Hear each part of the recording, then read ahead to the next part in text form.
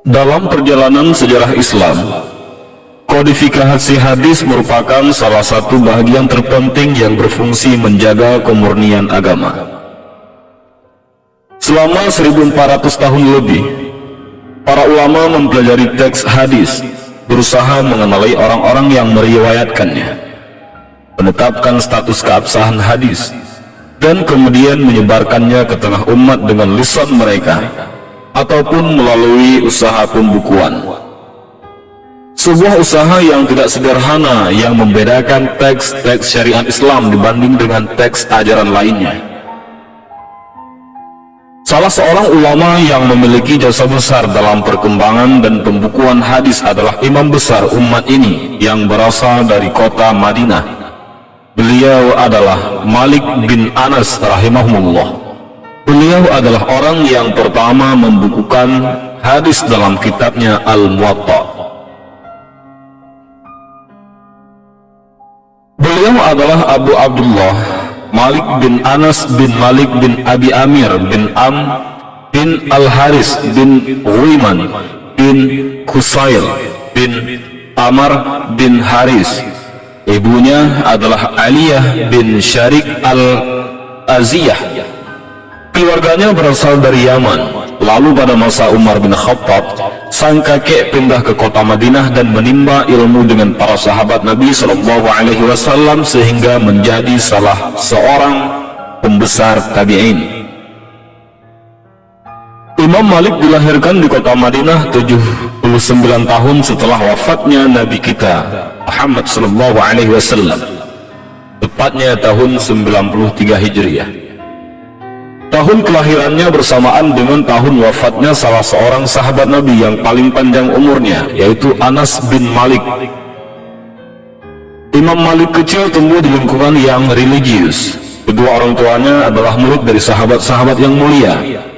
Pamannya adalah Nafi', seorang periwayat hadis yang terpercaya, yang meriwayatkan hadis dari Aisyah, Abu Hurairah, Abdullah bin Umar, dan sahabat-sahabat besar lainnya.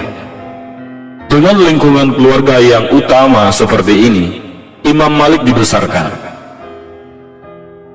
Awalnya saudara Imam Malik yang bernama Nadar lebih dahulu darinya dalam mempelajari hadis-hadis Nabi. Nadar mendatangi para ulama tabi'in untuk mendengar langsung hadis-hadis yang mereka riwayatkan dari para sahabat. Kemudian Imam Malik pun mengikuti jejak saudaranya dalam mempelajari hadis. Beberapa waktu berlalu, Imam Malik melangkahi saudaranya dalam ilmu hadis. Kecermelangannya semakin tampak karena Malik juga menguasai ilmu fikih dan tafsir. Ibu Imam Malik adalah orang yang paling berperan dalam memotivasi dan membimbingnya untuk memperoleh ilmu. Tidak hanya memilihkan guru-guru yang terbaik, sang ibu juga mengajarkan anaknya adab dalam belajar. Ibunya selalu memakaikannya pakaian yang terbaik dan merapikan imamah anaknya saat hendak pergi belajar. Ibunya mengatakan, "Pergilah kepada Rabi'ah, contohlah akhlaknya sebelum engkau mengambil ilmu darinya." Imam Malik belajar dari banyak guru, dan ia memilih guru-guru terbaik di zamannya agar banyak memperoleh manfaat dari mereka. Di antara pesan dari gurunya yang selalu beliau ingat adalah untuk tidak segan mengatakan "saya tidak tahu" apabila benar-benar tidak mengetahui sesuatu permasalahan. Salah seorang guru beliau yang bernama Ibnu Harmas berpesan, seorang yang berilmu harus mewarisi kepada murid-muridnya perkataan "aku tidak tahu".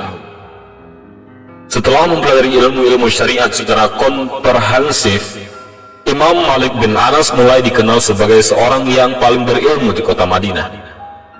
Beliau menyampaikan pelajaran di Masjid Nabawi di tengah-tengah penuntut ilmu yang datang dari penjuru negeri.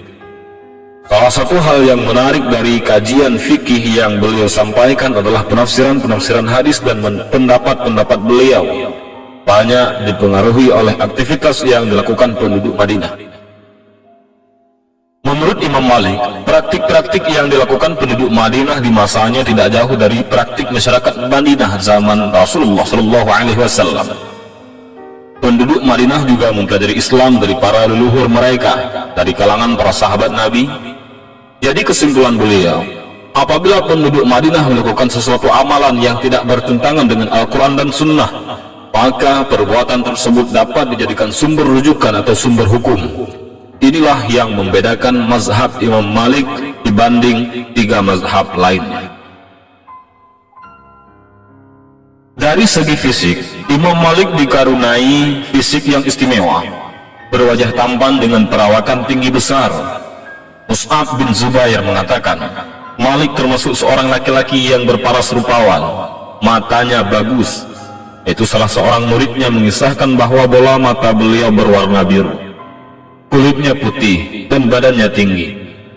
Abu Hashim mengatakan, aku tidak pernah melihat ahli hadis tampan Malik. Selain Allah karuniai fisik yang rupawan, Imam Malik juga memiliki kepribadian yang kokoh dan berwibawa. Orang-orang yang menghadiri majelis ilmu Imam Malik sangat merasakan wibawa imam besar. Tak ada seorang pun yang berani berbicara saat ia menyampaikan ilmu. Bahkan ketika ada orang yang baru datang lalu mengucapkan salam kepada majelis, jamaah hanya menjawab salam tersebut dengan suara lirih saja. Hal ini bukan karena Imam Malik seorang yang kaku, akan tetapi aura wibawanya begitu besar dan begitu terasa bagi murid-muridnya. Demikian juga saat murid-muridnya berbicara dengannya, mereka merasa segan menatap wajah beliau tatkala berbicara. Wibawa itu tidak hanya dirasakan oleh para penuntut ilmu, bahkan para khalifah pun menghormati dan mendengarkan nasihatnya. Imam Syafi'i yang merupakan salah seorang murid Imam Malik menuturkan, ketika melihat Malik bin Anas, aku tidak pernah melihat seorang lebih berwibawa dibandingkan dirinya. Demikian juga penuturan Sa'ad bin Abi Maryam, aku tidak pernah melihat orang yang begitu berwibawa melebihi Malik bin Anas, bahkan wibawanya mengalahkan wibawa para penguasa.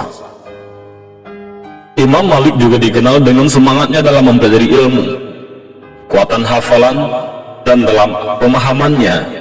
Pernah beliau mendengar 30 hadis dari Ibnu Hisham Az-Zuhri, lalu beliau ulangi hadis tersebut di hadapan gurunya. Hanya 1 hadis yang terlewat, sedangkan 29 lainnya berhasil ia ulangi dengan sempurna.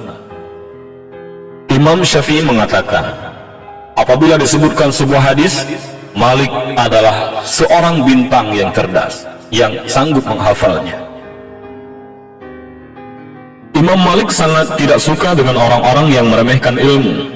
Apabila ada suatu permasalahan ditanyakan kepadanya, lalu ada orang yang mengatakan, itu permasalahan yang ringan, maka Imam Malik pun marah kepada orang tersebut, lalu mengatakan, tidak ada dalam pembahasan ilmu itu sesuatu yang ringan. Allah berfirman, Inna sanulqi 'alaika qawlan tsaqila, sesungguhnya kami akan menurunkan kepadamu perkataan yang berat. Quran Surat Al-Muzammil ayat 5. Semua permasalahan agama itu adalah permasalahan yang berat, khususnya permasalahan yang akan ditanyakan di hari kiamat. Imam Malik juga seorang yang sangat perhatian dengan penampilannya, dan ini adalah karakter yang ditanamkan ibunya sedari kecil.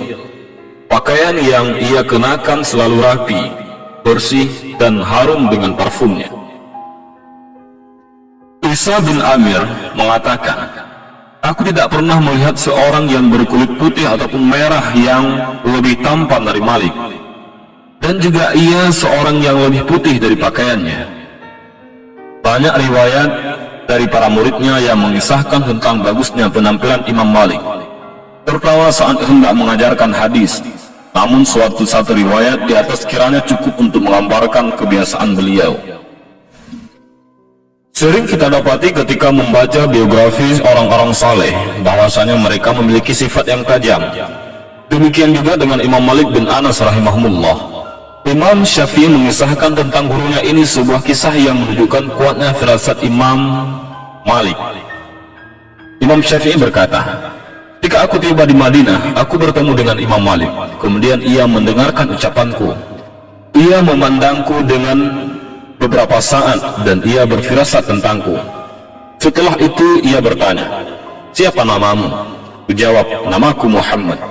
Ia kembali berkata, Wahai Muhammad, bertakwalah kepada Allah, jauhilah perbuatan maksiat, karena aku melihat engkau akan mendapatkan sesuatu. Imam Malik rahimahumullah wafat di kota Madinah pada tahun 179 Hijriah atau 795 Masehi dengan usia 85 tahun. Beliau dikuburkan di Baqi'. Semoga Allah merahmati Imam Malik dan menempatkannya di surganya yang penuh dengan kenikmatan. Amin ya rabbal alamin.